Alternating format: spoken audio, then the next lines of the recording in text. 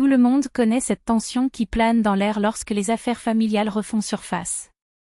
Et si je vous disais que derrière de nombreuses portes closes se cachent des histoires qui feraient perdre son sang-froid même aux plus patients des mortels?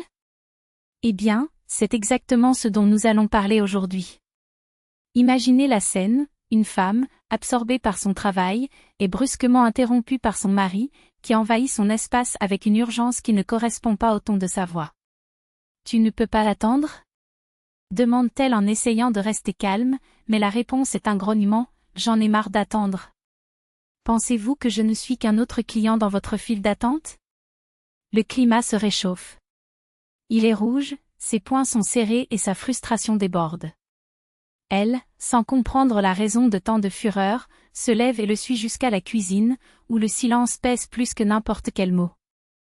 Jusqu'à ce qu'il lâche la bombe, « Ma mère vient nous rendre visite demain. » Une annonce qui devrait être banale, mais qui, dans ce contexte, sonne comme un tremblement de terre.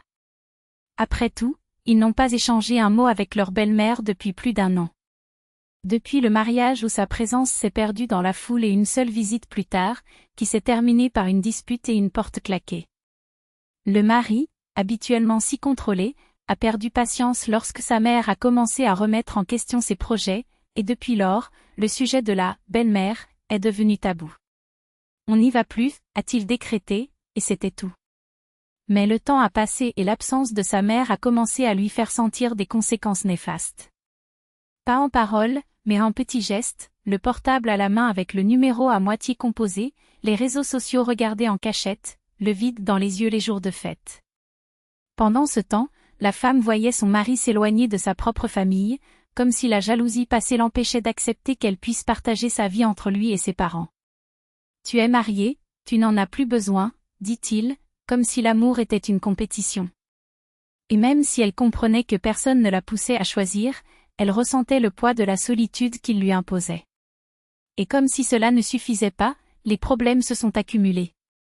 L'alcool le week-end, qui commençait tôt et se terminait par une gueule de bois de 2 jours. L'emploi perdu à cause des absences, l'instabilité financière qui l'obligeait à supporter seule le poids des factures. Une année entière de va-et-vient, et même si elle était épuisée, elle rêvait toujours de retrouvailles. Peut-être que la belle-mère pourrait aider, après tout, qui de mieux que sa propre mère pour comprendre un enfant? Mais la joie fut de courte durée. Le mari, qui quelques instants auparavant l'avait traité grossièrement, courut maintenant saluer sa mère avec un sourire enfantin. « Maman, quand es-tu arrivée? »« Entrez, s'il te plaît, » dit-il, tandis que la femme, encore abasourdie par le brusque changement d'humeur, tentait de finir de mettre la table.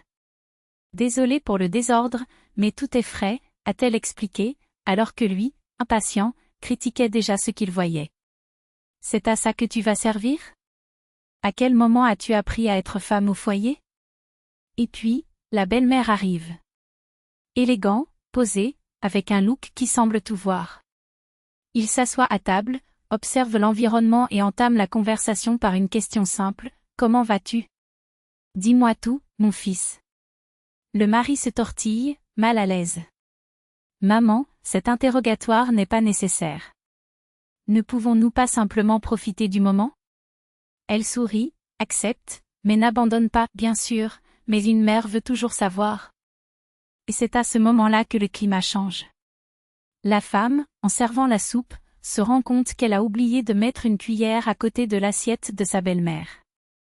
Avant qu'elle ait pu s'excuser, le mari explose. « Comment ça, tu n'as pas mis la cuillère? De quel manque de respect s'agit-il? » Les couverts volent dans les airs, les taches de nourriture tachent la nappe immaculée et le silence qui s'ensuit est perçant. La belle-mère, cependant, reste imperturbable. Elle regarde juste. Et dans ce regard, il y a quelque chose qui fait pâlir le fil. Quelque chose que ni lui ni sa belle-fille n'étaient prêts à entendre. La belle-mère écarte l'assiette d'un geste lent, presque cérémoniel, et fixe son fils des yeux.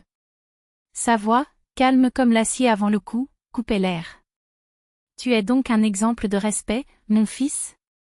Eugenio se rétrécit sur sa chaise, comme si les mots étaient des aiguilles. Le masque de l'arrogance tombe, révélant le garçon effrayé qu'il porte toujours en lui. « Maman, tu ne comprends pas. Elle m'a maudit parce que je ne l'ai pas aidée. Je savais à quel point ce déjeuner était important pour toi. Galina ne se retient pas. Les mots s'échappent comme la lave d'un volcan endormi. As-tu honte, Eugène? Honte de déformer la vérité comme ça? Quelle insulte! Je n'ai pas dormi de la nuit pour accueillir ta mère comme des gens, j'ai rangé la maison, j'étais épuisée. Oui, je n'ai pas aidé, parce que j'étais épuisée. Mais ce n'est pas la question. J'ai oublié cette foutue cuillère. Juste ça. La belle-mère se lève. Pas avec fureur, mais avec un calme qui fait plus peur que n'importe quel cri. Elle s'approche de sa belle-fille, d'un geste presque maternel, lui caresse le bras. Ne t'excuse pas, Galina. Vous n'avez rien fait de mal. Puis il se tourne vers son fils. Et c'est alors que le sol semble s'ouvrir sous les pieds d'Eugenio. Mais toi, tu me déçois encore une fois. Je suis venu ici convaincu d'avoir changé. Mais je vois que tout reste pareil, ou pire. Le mari prononce alors la phrase qui glace le sang de Galina. C'est sa faute. Regarde ce chaos, maman. Elle ne me motive pas, elle ne me soutient pas. Sans elle, je serais un homme différent. Marina Viktorovna lève la main. Un geste simple. Eugenio se tait instantanément, comme si une chaîne invisible l'attachait à la chaise. Elle se tourne vers Galina, qui essaie toujours de comprendre ce qu'elle entend, perdue entre colère et incrédulité. Galina, apparemment, mon fils ne t'a jamais dit la vérité, n'est-ce pas? La belle-fille secoue la tête, confuse. Quelle vérité? Non, maman, s'il te plaît. Asseyez-vous, ma chérie. La voix de la belle-mère est ferme, mais pas cruelle. Vous méritez de savoir. Quand Galina s'assoit enfin, Marina commence à parler. Et chaque mot est comme un couteau qui déterre un passé qu'Eugenio a enterré il y a longtemps. Eugène n'est pas notre fils de sang. Malheureusement, nous ne pouvions pas avoir d'enfants. Mon mari et moi avons donc décidé de donner un foyer à un orphelin. Nous avons choisi Eugenio, ou plutôt Genia, comme nous l'appelions lorsque nous l'avons ramené à la maison à l'âge de 5 ans. Mais ils nous ont prévenus, ce n'était pas un enfant facile. Têtu, provoquant. Malgré tout, nous avons fait tout ce que nous pouvions pour lui faire savoir qu'il avait une famille. Cela ne sera plus jamais abandonné. Elle soupire en regardant son fils avec un mélange de pitié et de déception. Nous n'étions pas pauvres, Galina.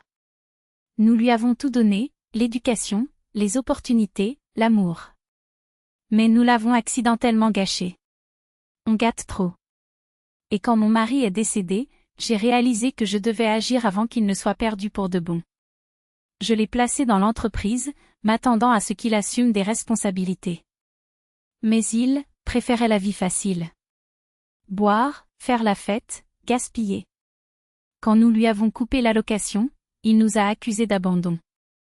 Eugène explose. Tu m'as jeté comme une poubelle. Sans le sou, comme si je ne valais rien. Sa mère ne le regarde même pas. Les conditions étaient simples, arrêter de boire, trouver un travail, prendre soin de soi et de ceux qu'on aime. Tu avais tout pour être heureux. Mais il a choisi la solution de facilité. Et maintenant? Votre femme est épuisée, vous ne travaillez pas et vous osez encore blâmer les autres? Vous m'avez retiré mon droit à l'héritage. Tu ne le méritais pas, Eugène. Je ne verrai pas la sueur de votre père, de mon mari, jetée par vos mains. Je préfère le donner à ceux qui en ont besoin plutôt que de financer son autodestruction. Galina n'en peut plus. Il saute du fauteuil, attrape le bras de sa belle-mère et la secoue, les yeux brûlants. Assez. Regarde ce que tu as fait. J'aurais pu rester tranquille, souriante, et nous vivrions tous bien. Mais, lorsqu'il libère Marina, il se rend compte, c'est elle qui a tort. Pas la belle-mère. Pas la vérité. Lâche-moi. La voix de Marina est glaciale. Et partez. Récupérez vos affaires. Tu ne mérites pas ça. Galina obéit. Alors qu'il rassemble ses affaires, ses mains tremblent, non pas de peur, mais de soulagement. Lorsque la porte se referme enfin derrière elle, elle prend une profonde inspiration. Pour la première fois depuis des années, il sent le poids s'enlever de ses épaules. Le lendemain, elle demandait le divorce. Aucun remords. 2 ans plus tard, dans le couloir d'un centre commercial, il aperçoit Eugenio. Il pousse un chariot avec des bouteilles de vodka, mal rasées, les yeux vides. Il ne la reconnaît pas. Elle ne veut même pas être reconnue. Galina passe à autre chose, sachant qu'elle a fait le bon choix. Qu'est-ce qui vous a le plus marqué dans cette histoire? Vos likes sont les applaudissements qui résonnent au-delà de l'écran. Inscrivez-vous pour recevoir davantage de doses de vérité, car chaque famille a des secrets, mais tout le monde n'a pas le courage d'y faire face.